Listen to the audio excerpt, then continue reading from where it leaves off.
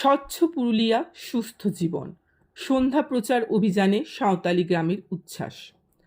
গতকাল সন্ধ্যায় মানবাজার ১ নম্বর ব্লকের জিতুজুড়ি গ্রাম পঞ্চায়েতের অন্তর্গত বাঁধঘুটু পাড়া সাঁওতালি গ্রামে অনুষ্ঠিত হলো এক বিশেষ সচেতনতামূলক প্রচার কর্মসূচি স্বচ্ছ পুরুলিয়া সুস্থ জীবন। এই সন্ধ্যাকালীন প্রচারের নেতৃত্বে ছিলেন জেলা পরিষদের ডেপুটি সেক্রেটারি জীবন কৃষ্ণ বিশ্বাস তথা ডিএনও স্যানিটেশন।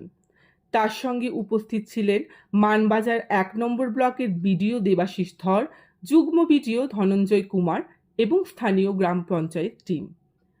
এই উদ্যোগের মূল উদ্দেশ্য ছিল স্বাস্থ্য এবং পরিচ্ছন্নতা নিয়ে গ্রামের মানুষদের মধ্যে সচেতনতা গড়ে তোলা।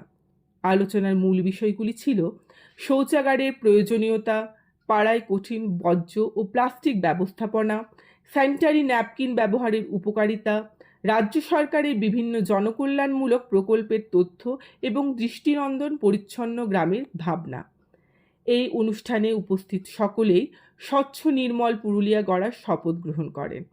সাঁওতালি মানুষদের স্বতঃস্ফূর্ত অংশগ্রহণ ও সরকার নির্মিত শৌচাগার ব্যবহারে তাদের ইতিবাচক মানসিকতা বিশেষভাবে উল্লেখযোগ্য। সন্ধ্যা শেষ হয় ঐতিহ্যবাহী সাঁওতালি গান ও আনন্দঘন পরিবেশের মাধ্যমে। জেলা প্রশাসনের এই প্রয়াস চলতি এপ্রিল মাস থেকে প্রতিটি ব্লকের আদিবাসী অধ্যুষিত গ্রামে নিয়মিতভাবে চলছে এবং এতে বারে বারেই প্রমাণিত হচ্ছে সচেতনতা আর অংশগ্রহণের মেলবন্ধনই সম্ভব এক নির্মল ও সুস্থ পুরুলিয়া গড়ে তোলা। করে রাখবো খাওয়ার আগে খাওয়ার পরে হাত ধোবো, শৌচকর্ম করার পরে আমরা হাত পরিষ্কার করব।